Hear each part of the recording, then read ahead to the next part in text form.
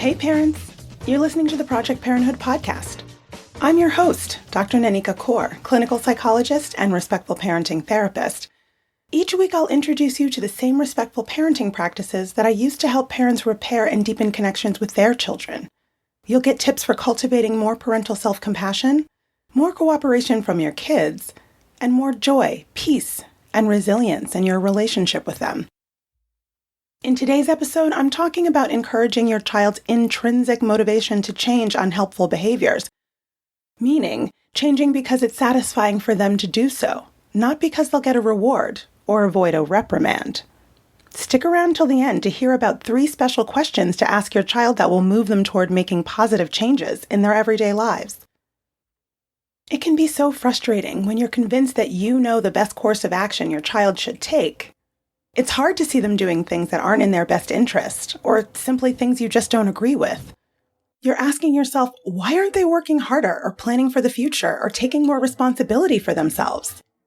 When you learn about a mistake they've made or a pickle they've gotten themselves into, you get hooked by your what's called a righting reflex, or the urge to tell your child what to do, give them a solution that you think would work better, or fix them in some way.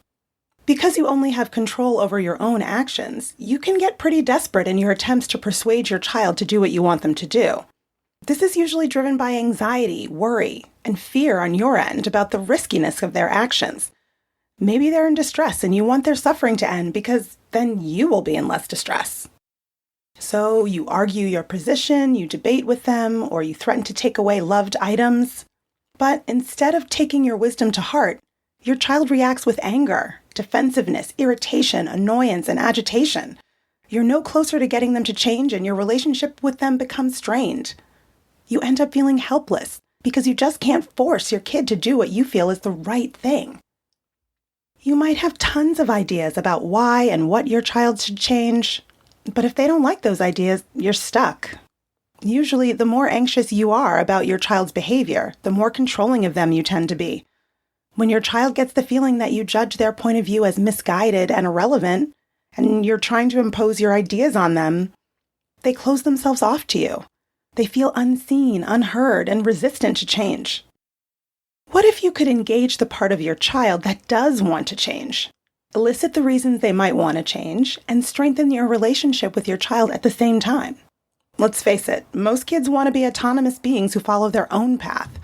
Motivational interviewing, or MI skills, can help you help your child to take their own path. MI is a way of being with your child, coming alongside them rather than trying to lead or direct them. This way, they don't need to take up their sword and shield in preparation for battle with you and your parental expectations.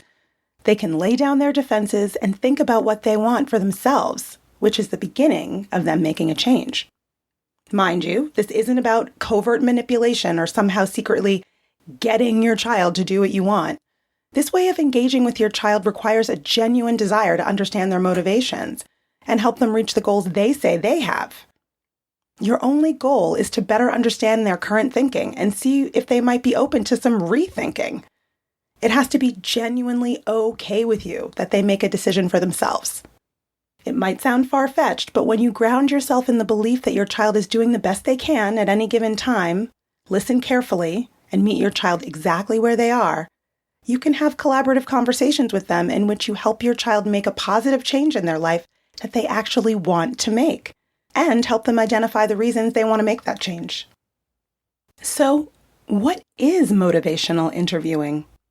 Originally developed for use with problem drinkers and found to be effective for strengthening motivation for change in many different types of people and problems, motivational interviewing, or MI, is a therapeutic and person-centered approach to enhancing a person's motivation to make a change by helping them resolve their ambivalence about changing. Sometimes your child's uncertainty or inability to make a choice is because they want 2 opposite or conflicting things at the same time, or they keep switching between the 2. Their conflict is between making changes in their behaviors that will probably be beneficial versus not making that beneficial change because it seems difficult to do, and they're not even entirely sure at this point that it'll work. So what you need to do is create the conditions for change. Ideally, you already have a connected relationship with your child, and they generally trust you. But even if that's something you're still working on, it's important to establish a trusting connection from the outset of any change-focused conversation that you initiate with your child. To help draw out their own thoughts and ideas, use the MI principles and skills in the spirit of being collaborative, non-judgmental, and compassionate, rather than confrontational. Have a laser focus on your child's autonomy, their point of view, and their experiences rather than your own. You can build rapport and create a space of open communication using the 4 principles of MI. Express empathy. When your child has a sense that you're seeing the world through their eyes, they feel seen and heard. Then they're more likely to share their experiences with you deeply and honestly.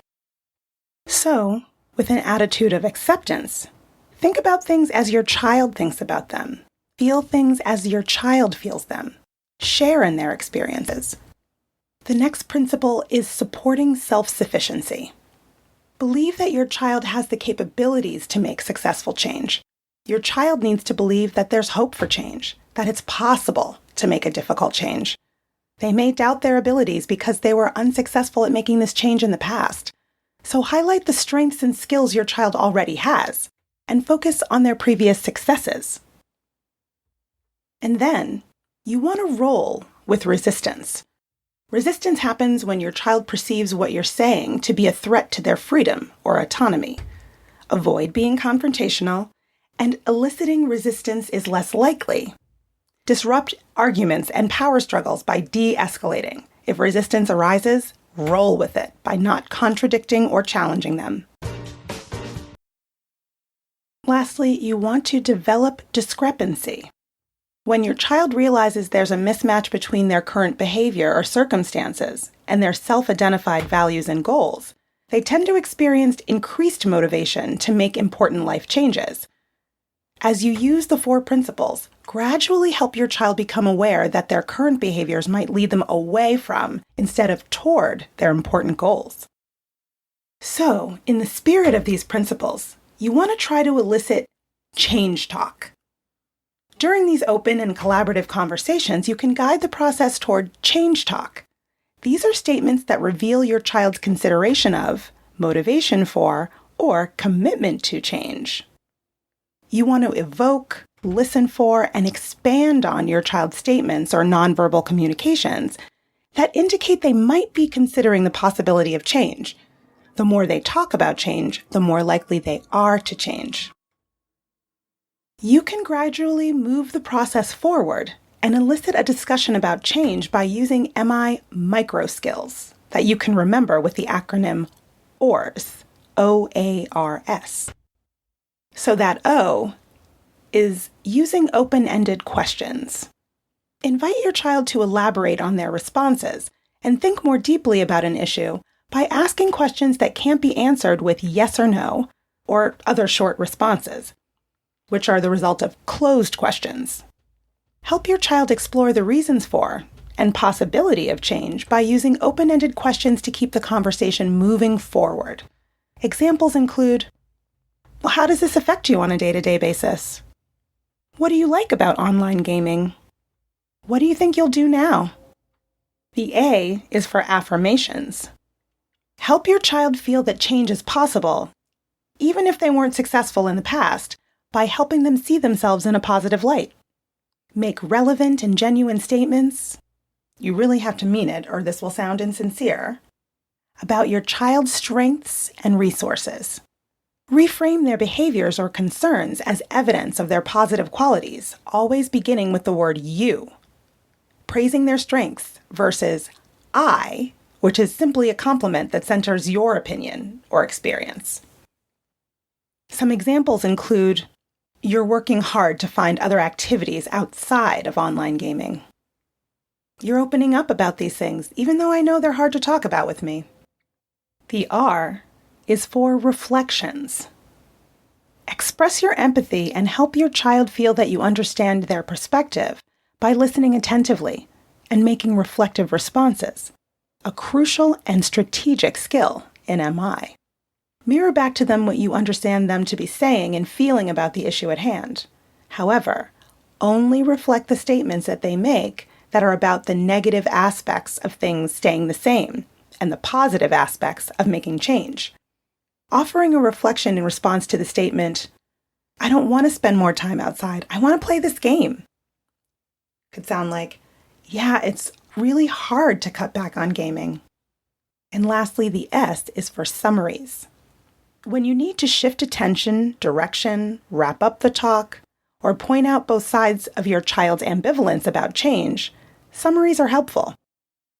Recap all or part of the conversation to communicate interest and understanding, and strategically highlight the important elements of the discussion and omit non-relevant topics. As with any parental change you want to make, you have to practice a new skill on purpose. And practice makes progress. Before you try tackling a weighty issue with your child, try using MI strategies in a lower stakes situation, like resistance to putting their clean and folded laundry away. Start with the following 2 or 3 open-ended questions. 1. On a scale of 1 to 10, with 1 meaning I'm not ready at all and 10 meaning I'm ready to do it right now, how ready are you to put your laundry away? Or whatever task you're hoping they do. 2. Okay, why didn't you pick a lower number? 3. If their answer is 1, ask, what can we do to get you to a 2? See what you did there? When you ask questions about readiness versus desire, you're implying that the task will get done sometime, and they're less likely to say 1. With the second question, if they pick a number higher than 1, you're essentially asking them to tell you, and hear themselves say out loud, why they should put the laundry away. Even if they do say 1, and you ask how you could work together to make that a 2, your child has to brainstorm solutions that will help them put the laundry away, so you're still getting closer to them actually doing it. Remember to take the role of a consultant, putting the responsibility of choice on your child. Offer support, and don't try to force them to do anything. Ask open-ended questions and listen reflectively, holding up a mirror so that they can see and hear their own thoughts more clearly. If you hear them expressing the desire to make a beneficial change in their current behavior, see if you can guide them toward a plan. Imagine that you're trying to sense your child's inner world, the personal and private meanings they make about their environment and experiences, as if it were your own. But stay mindful of that as-if quality, remembering that you're a separate self with your own perspective. You're just pressing pause on your perspective temporarily. The goal is to take an active interest in seeing the situation through your child's eyes. If you've historically used coercive strategies like punishments and rewards to control your kids' behavior, they may be hesitant to have these kinds of conversations, assuming they'll end up being forced into something whether they like it or not. In that case, you can lead with something like, I don't want to force you to do anything you don't want to do. You're a smart enough kid to make decisions like this, and I want you to make an informed decision. Is it okay if we just talk about it a little bit without anyone forcing you to do anything in particular? This is much more likely to keep your kiddo open to the conversation. When your child is upset or brings you a problem, before you do or say anything, count to 10 in your head. Then, start with, what I'm getting is, then mirror back to them what they've said. This gets you some buy-in for the conversation and stops you from launching into advice mode. Then, just hang with them in their hard feelings. Create space using empathy and validation, not offering advice unless your child specifically asks for it. While listening reflectively, don't ask more than 2 questions in a row, and have no other goal than a great conversation that strengthens closeness and connection. Always focus your reflections on behavior change, so only reflect back the topic you want them to talk more about, which is the behavior that's a target for change. You want to explore with them how their current behavior fits in with their long-term goals, and get used to awkward silences. Your child is processing in that silence, so go slower than you think. You'll notice that as your child struggles to explain their thought process, they hear their thoughts and feelings with more clarity. they'll start grasping the complexity of their situation and seeing the gaps in their knowledge or angles they hadn't yet considered. Be patient with yourself. Reflective listening requires lots of practice, and you can practice in your everyday life with anyone, not just your kids. So let me know what you learn. It's intensely difficult to see your child struggling in any way. It's hard not to jump in with fixes and advice. Resist this urge by engaging in some self-validation. It makes sense that you're worried. You love your child so much and you want them to be healthy, happy, and safe. At the same time, this worry is your own problem to manage, not your child's. You might need to hear yourself say out loud, I have this impulse to tell you what you should do, and I'm really trying to hold back. It's my problem, not yours, and I'm working on it. It's not your responsibility as a parent to make your child change. And anyway, your child won't change until they're ready. And that may or may not be when or how you think they should.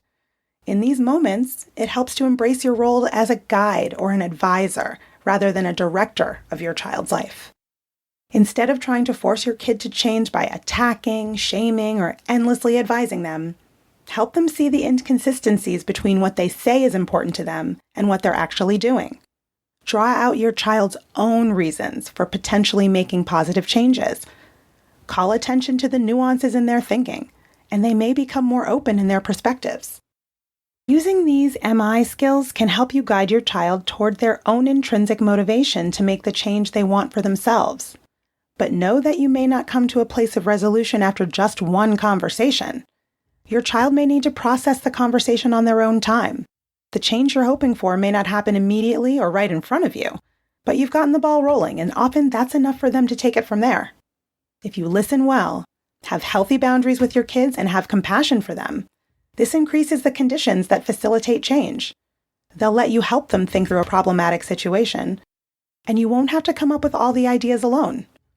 And when you're able to get below the surface of whatever self-defeating or less than ideal behavior your child is engaging in, you'll find that most kids want what's best for them, and that they know the best and most efficient way to achieve that, because they are the expert in themselves. I hope that's helpful. You can learn more about my work with parents at www.brooklynparenttherapy.com and on Instagram at BKParents. That's BKPARENTS. If you have more questions about using MI skills with kids or any other parenting questions or stories, leave me a message at 646-926-3243. And be sure to let me know if it's okay to use your voice on the show. Or send an email to parenthood@quickanddirtytips.com. And don't forget to subscribe to Project Parenthood on Apple Podcasts, Spotify, or wherever you listen to podcasts. Catch you next week. Project Parenthood is a Quick and Dirty Tips podcast. It's audio engineered by Dan Firebend, with script editing by Adam Cecil. Our podcast and advertising operations specialist is Morgan Christensen. Our digital operations specialist is Holly Hutchings. Our marketing and publicity assistant is Davina Tomlin. And our intern is Cameron Lacey.